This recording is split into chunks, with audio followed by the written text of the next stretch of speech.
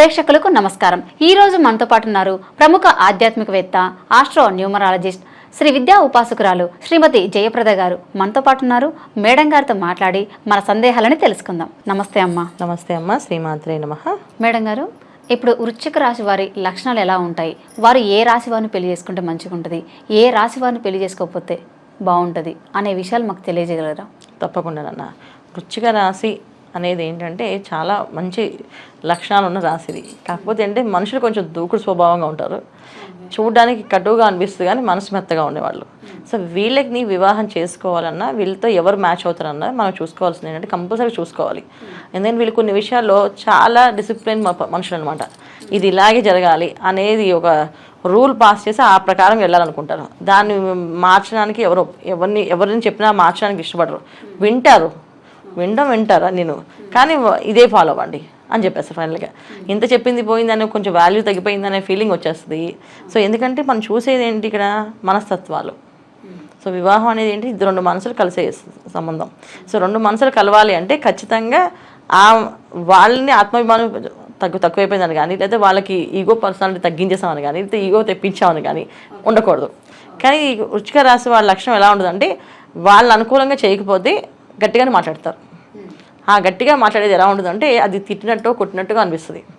పైకి వచ్చి మాట్లాడుతున్నారు ఏంటి, కొడతారా ఏంటి అన్నట్టు ఫీలింగ్ వస్తుంది. మాట్లాడే సౌండ్లో అరిచట్టు స్వభావం వస్తుంది. ఈ స్వభావాలు తట్టుకోవడానికి కొన్ని రాసులు అయితే అస్సలు మ్యాచ్ అవ్వవు, కొన్ని రాసులు మ్యాచ్ అవుతాయి.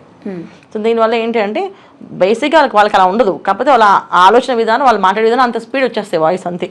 ఓకే, మాటలు అలాగా గాంభీరంగా అనిపిస్తుంది. కానీ వృశ్చిక రాశి అంటేనే కొంచెం వాయిస్ క్లారిటీ ఉంటుంది, గట్టిగా ఉంటుంది, స్ట్రాంగ్ ఉంటుంది. మనం చాలా మంది సినిమాలు చూస్తే విలన్స్ వాయిస్ లా ఉంటుంది, అలా వాయిస్ కూడా ఉంటాయి, కానీ మనసు మాత్రం మంచిగా ఉంటుంది. కొంతమందికి వాయిస్ ఉండదు కానీ ఆలోచన స్ట్రాంగ్గా ఉంటుంది. అది ఇంత పట్టింది పట్టు, తాను పట్టిన కాలికి మూడే కాళ్ళని కుందేలు అని చెప్పి ఉంటుంది కదా, అలాంటి సామెత చెప్పినట్టుగా ఉంటారు వీళ్ళు. ఈ లక్షణాలు ఎక్కువగా ఉంటాయి. సో వీళ్ళకి ఏ రాశి వాళ్ళు ఇచ్చి పెళ్లి చేయాలంటే ఖచ్చితంగా మనం చూసుకోవాల్సింది ఏంటంటే, కొన్ని రాశులు అస్సలు పడవు వీళ్ళకి జనరల్గా. అందుకే చాలామంది వృశ్చిక రాశి వాళ్ళకి వివాహం అయ్యి వైఫ్ పిల్లలు దూరంగా ఉండి సంపాదించుకొని వీళ్ళ డబ్బు అమ్మకి బ్యాంకులో అకౌంట్లో వేసి పంపిస్తుంటారు, చూస్తూ ఉంటారు. కానీ వాళ్ళు ఆ వైఫ్ ఇష్టపడదు ఉండడానికి, ఇతనితో ఉండడానికి ఇష్టపడదు. కానీ వీళ్ళకి మాత్రం వాళ్ళంటే ప్రాణం. ఓకే, అలాగే ఆ అమ్మాయిలు తీసుకుంటే వివాహం అబ్బాయి ఇష్టపడకపోయినా ఈ అమ్మాయి మాత్రం అతన్నే భర్తగా భావించి అలా ఉండిపోతుంది. చేసుకోవాలనుకోదు, ఇంకో వివాహం చేసుకోవాలనుకోదు. సో తన ఇష్టం, తను ఇంకో పెళ్లి చేసుకున్నా, తను ఏం చేసుకున్నా ఈ అమ్మాయి మాత్రం చేసుకోవాలనుకోదు. ఇంకా అయిపోయింది, ఒకసారి అయింది కదా, సరే వదిలేయండి అని చెప్పి ఉండిపోతారు. సో ఇలాంటి పర్టికులర్గా ఉండే వాళ్ళకి కరెక్ట్గా చూస్ చేయకపోతే జీవితాంతం పెళ్ళైన బ్రహ్మచారులుగా ఉండవలసి వచ్చే అవకాశం ఉంటుందా, అది జరుగుతుంది. అందుకని మనం ఇక్కడ ఖచ్చితంగా చూసుకోవాల్సింది. ఇప్పుడు నేను చెప్పేది ఏంటంటే వృశ్చిక రాశి, వృశ్చిక లగ్నం. వృశ్చిక రాశి, వృశ్చిక లగ్నం, ఈ రెండు అంటే జాతకంలో date of birth, time of birth కరెక్ట్గా ఉంటే దీన్ని లగ్నం కింద చూస్తారు. ఈ లగ్నం వాళ్ళు ఏ లగ్నం వాళ్ళని వివాహం చేసుకోవాలి. సో టైమ్ ఆఫ్ బర్త్ సరిగా తెలియని వాళ్ళకి ఓన్లీ డేటే ఉంది, లేదా డేట్ కూడా తెలియదు, నామరాశి అంటే పేరుతో మాకు ఈ రాశి వస్తుందని చెప్పారు. సో అలా చూసుకునే వాళ్ళు కూడా వృశ్చిక రాశి.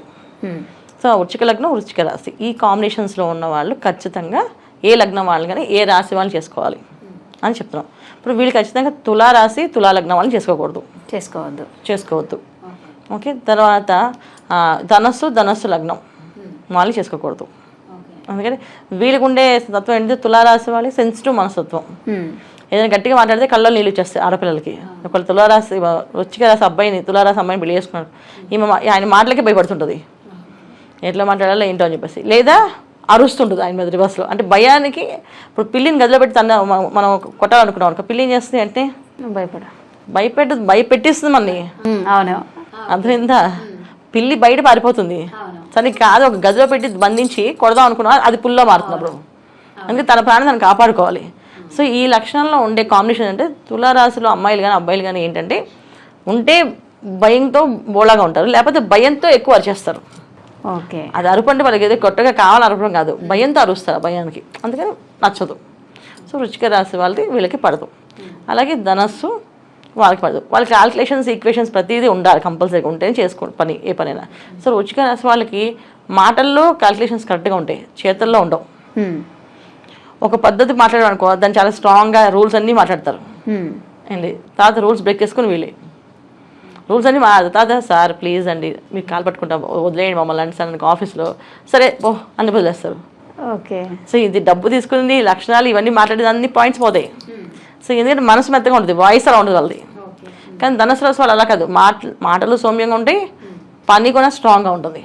ఇవ్వాల్సిందే నువ్వు ఇచ్చే వెళ్ళు, నువ్వేం చేసినా సరే నాకు ఇచ్చే కట్టేసి వెళ్ళు. ఇప్పుడు ఆఫీస్లో డబ్బు పోయింది అనుకో, ఆ డబ్బు కట్టేసి వెళ్ళు అంటారు అంతే, ఇంకేం చెప్పరు వాళ్ళు, అరవరు. కానీ రుచిగా వాళ్ళు అరిచి గోల్ చేస్తారు, తర్వాత కాలు పట్టుకుని వదిలేస్తారు. ఓకే. అంటే ఇది ఎగ్జాంపుల్ చెప్తున్నా, ఇది భార్య భర్త మధ్యలో వస్తాను కాదు. కానీ వైఫ్ అండ్ హస్బెండ్ మధ్యలో హస్బెండ్ ఇలా ఉన్నా వైఫ్ అలా ఉన్నా ఇద్దరికి ఇబ్బంది కదా. సో ఈయన గట్టిగా మాట్లాడి సర్దుకుందాం అనుకోవడానికి అనుకోవట్లేదు ఇవాళ అమ్మాయిలు. ఒకప్పుడు ఇది ఖచ్చితంగా అనుకునేవాళ్ళు, ఆయన అలాగే మాట్లాడతారులే, నేను చెప్తే వింటారులేదా, చెప్తాలే వదిలే అని చెప్పి నాకు చెప్పుకోండి. చూడు ఇప్పుడు మీ అమ్మగారిని అనుకో, మీ నాన్న అరిచారు అనుకో, ఇప్పుడు మీ అమ్మగారు ఏమంటారు, నేను చెప్తాలేమో అని చెప్తే వింటారులే మీ నాన్న, నువ్వు వెళ్ళు నేను చెప్తాను చెప్తారు. సో ఆ కాలం కనుక నడిచింది. ఈ కాలం అసలు అర్థం చేసుకోవడానికి అంత టైం లేదు.